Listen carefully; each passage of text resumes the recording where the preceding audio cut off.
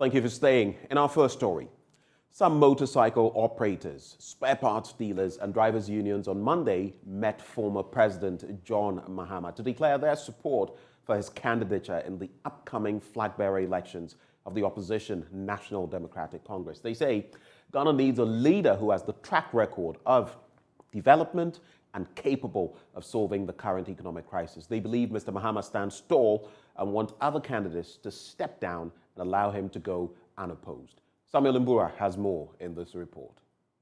The unions are of the belief that former President John Mahama is the right person to lead the country in times like this. They say he has the track record, and they don't believe that President Akufo will be able to do that. They are citing the prices of fuel, which they say they can no longer buy to run their businesses. I'm beyond this because of the legalization. Former President John Dramani Mahama tell us that in 2020, when we win the election, he will legalize the Okada. Unfortunately, he not fair win. But believe everything by God. But we believe in 2024, your mama should be in president. But we are pleading your mama to come out and pick the form, and we are pleading to all the candidates to step down and live for only your mama. And we come to plead him, and we are in our knees. So we are pleading him to go for the forms. That's why we brought the petition to him and some little to go for the forms. Well, precisely, he came out and then he, bring it that he want to legalize Okada. So because he want to legalize Okada, it means that he has seen Okada people to be having their own work doing. So when he legalizes Okada, it's going to help the youth. And that is why we have to approach him and ask him that, we have heard that you say you don't want to go again. We can't buy motor anymore. We can't, patronize our businesses anymore like how it have been. A lot of people depend on this motor riding. It's affecting, we cannot take, right now there's a lot of loans that people are taking just because they have to make an ends meet of it. And at the end of the day, it's difficult to pay those loans. The group presented a petition to the office of the former president, cataloging their demands. They have also shown some commitment by mobilizing some funds to support his campaign. Receiving the group on behalf of the former president, the former chief of staff, Julius Debra, assured them that the former president will be willing to work with them when he comes into office. He wanted us to express his appreciation to you for taking the pain to even put yourself together and to put your resources together so that you're coming to encourage him to run for office again. And in addition to encouraging him to run, you also making financial contribution towards his campaign. So he wants us to thank you very much for making such a bold move.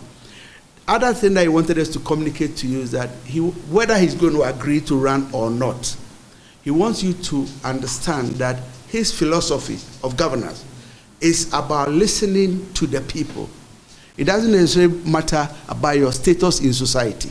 President Mahama is never going to be listening to, oh, this is a professor, this is a doctor, this is a graduate. No, we are all Ghanaians. And per our traditional adage, we've been made to believe that no single person is a repository of wisdom.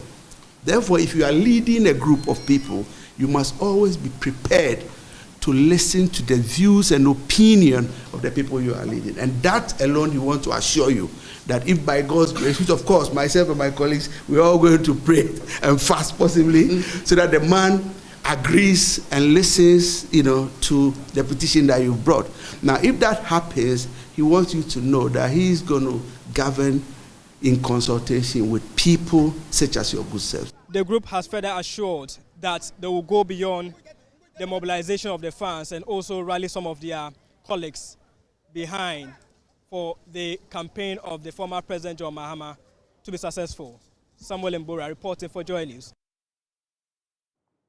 Let's talk power now, and the Electricity Company of Ghana is set to intensify its anti-power theft campaign in the Volta region to prevent financial loss. The power distributing company aims at engaging in a rigorous exercise to identify and arrest persons who have illegally connected their homes and institutions to the national grid. There's more in this report. The Electricity Company of Ghana has been experiencing an influx of inferior meters, meter tampering, meter bypass, and people directly connecting to the national grid without using meters in the Volta region. Management explained that this had led to overloading, clients being overcharged, and even put lives and properties at risk. The Volta Regional ECG engineer, Michael Boabin, said his outfit has engaged the security services to weed out miscreants engaging in power theft. And these things happen because unscrupulous people engage electricians to climb our poles and do that. And what we have done is to also use the security services to ensure that there's discipline within the network so that everybody accounts for the power he or she consumes. You know, and I think my colleague, the Revenue Protection Manager, said it, if we allow people to consume power without paying for it, what it means is that the few of us who are paying for the power will now be paying more. Let me give you an example. If 10 of us are supposed to be paying 10 cedis, 100 cedis, it means that everybody will be paying 10 cedis. If you allow the 10 to reduce to 5, it means that everybody will now be paying about 15 cedis. So it means that we should discourage people from illegally using electricity. He entreated the media to partner with the power distribution company to curb power theft in the region. Together with our investigators who always will come to you unannounced, and together with our security services, we are warning that if you do it and get away today, tomorrow the law will catch up with you. And a special warning to our colleagues within the industry, especially you, the media. We want you to help us eliminate the incidence of illegal usage of electricity within the region. The ECG in 2022 installed 102 automatic switches, injected 45 transformers, and upgraded 46 transformers, among other initiatives in the Volta region. Fred Kwame Asari, Joy News. Ho. Now, the Ghana Institute of Surveyors is asking government to speed up the processing time of information on land. This is one of the Institute's recommendations to prevent land litigation and multiple sales of land. At the 18th Surveyors Week launch on Monday, Senior Vice President of the Ghana Institute of Surveyors, Alhaji Dawood Suleimana Mahama, revealed that land information is needed to facilitate the work of surveyors and investors. There is more in this report put together by Jacqueline and Soma Yabua. Land litigation is common across Ghana. In many cases, it has led to bloodshed. I'll give you order. If anybody joke, shot him. But the Ghana Institute of Surveyors wants to change this narrative. The basic one that we think as an institution can help very much is if the information flow on issues relating to land can be made very transparent. If you want to do evaluation, you want to cost land, you want to prepare a plan, you need the basic geodetic framework within which to do it. So Ghana Institution of Surveyors is trying to discuss with government, how can we improve upon that. He also said that digitalization of the information on lands will come in handy to the Lands Commission. And this information can easily be done because the technology is available. And when you are doing the digitization, it is not going to sit in the outdated offices that the Lands Commission has all over. Apart from Accra and Kumasi, the Lands Commission offices in almost all the regions are very inadequate, crowded, poorly infrastructured, and the rest. So you need to virtually sink a lot of money in as a basic national infrastructure to provide this. President of Ghana Institute of Surveyors, Rose Margaret Isubonting, also stated the land administration in Ghana has been found to be extremely deficient in its capacity to contribute to the country's GDP. The Ghana land administration scene has been found to be tremendously weak in its sector contribution to the gross domestic product. This is critical because revenue from land-related sources in Ghana amounts to just about 0.03% to Ghana's GDP, according to a recent World Bank report. Ghana currently lacks a comprehensive map foundation to facilitate geoinformation distribution, which the Ghana Institute of Surveyors feels causes severe challenges. It believes it's high time the state acted. Jacqueline and Sumayabua's report for Joy News. In our next story, an investor in the health sector is advocating the inclusion of dialysis cost on the National Health Insurance Scheme to support kidney patients in dealing with exorbitant costs of treatment.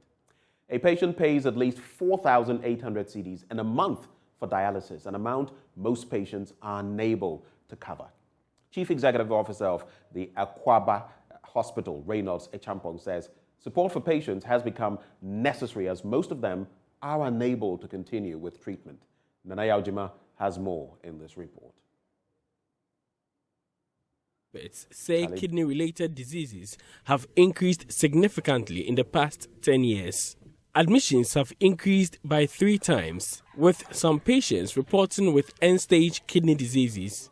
The government has announced plans to include kidney diseases in children on the NHIS, though this is yet to be implemented. While entreating the government to expedite action, CEO of Akakpo Hospital, Reynolds Echampong, believes a holistic policy is needed. And if I look at the average income, I'm told it's around 600 Ghana cedis in Ghana per month.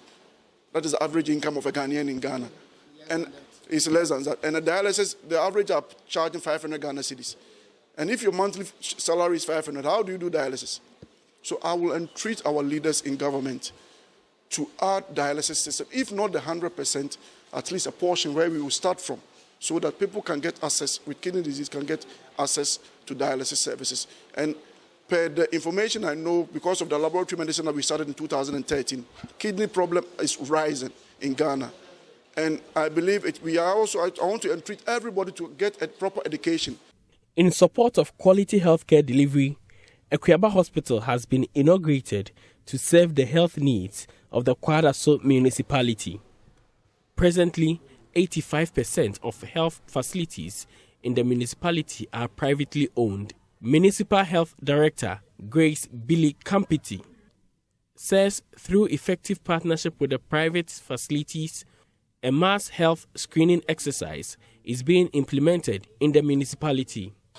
We noticed that hypertension is on the increase, diabetes among the populace. And so as a matter of policy, the health sector is beefing up on our screening for NCDs. The Regional Director of Health Service is very passionate about it. And so our activities are centered towards screening, home visits. We have set up wellness clinics in most of our major health facilities. For Joy News, Nanaya Ojima, Kumasi.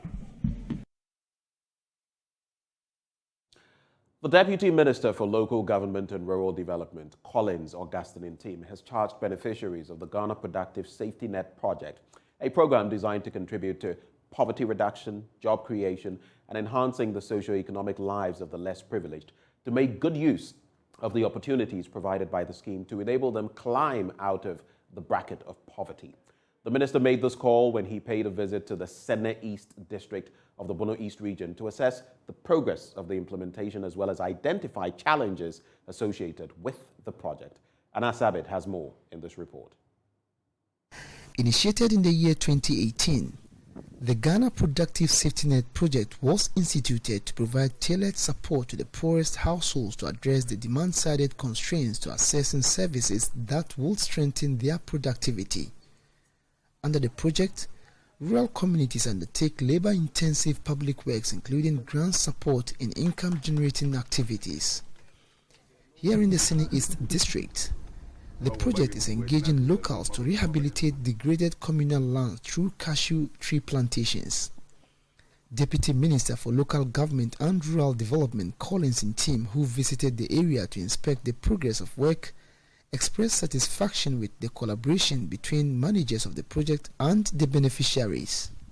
the coordinator and the team from the ministry, we are here this morning to see, at least inspect for the first hand how the vegetation, the plantation is doing together with the other sub-project. But I'm happy to note that here in Kajiti, what I'm observing is good. It's doing so well. And I'm also happy about the enthusiasm of the assembly, the district chief executive and the agric director. It's not in all places that you go and then you be happy in terms of how the farms are being managed. But here in Kajiti, I'm happy. He was optimistic that the purpose of the project, which mainly seeks to eradicate poverty, would be achieved by the close of the engagements. When the beneficiaries, out of their own free will, express that sentiment, so it gives us a hope that we are embarking on a very good venture to benefit the people here.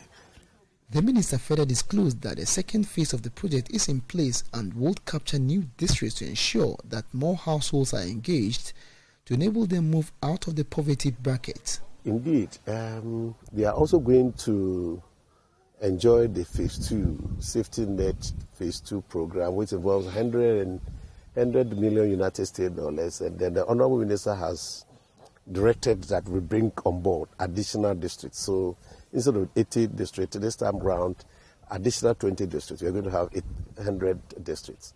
So we are urging them to look for more land so that we'll be able to expand it and bring on board many people. Some of the beneficiaries lauded government for the project and asked that the project is gradually helping them climb out of the poverty pit as well as aid them keep their children in school. The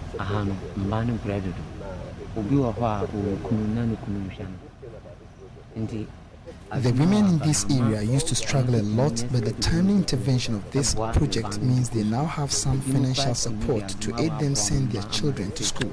So for me, this has come to help.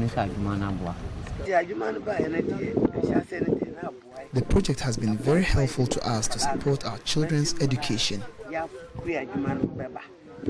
District Chief Executive for the area, GK Kofi Jima, on his part, emphasized that the project has come to reduce the poverty level of the people across the districts.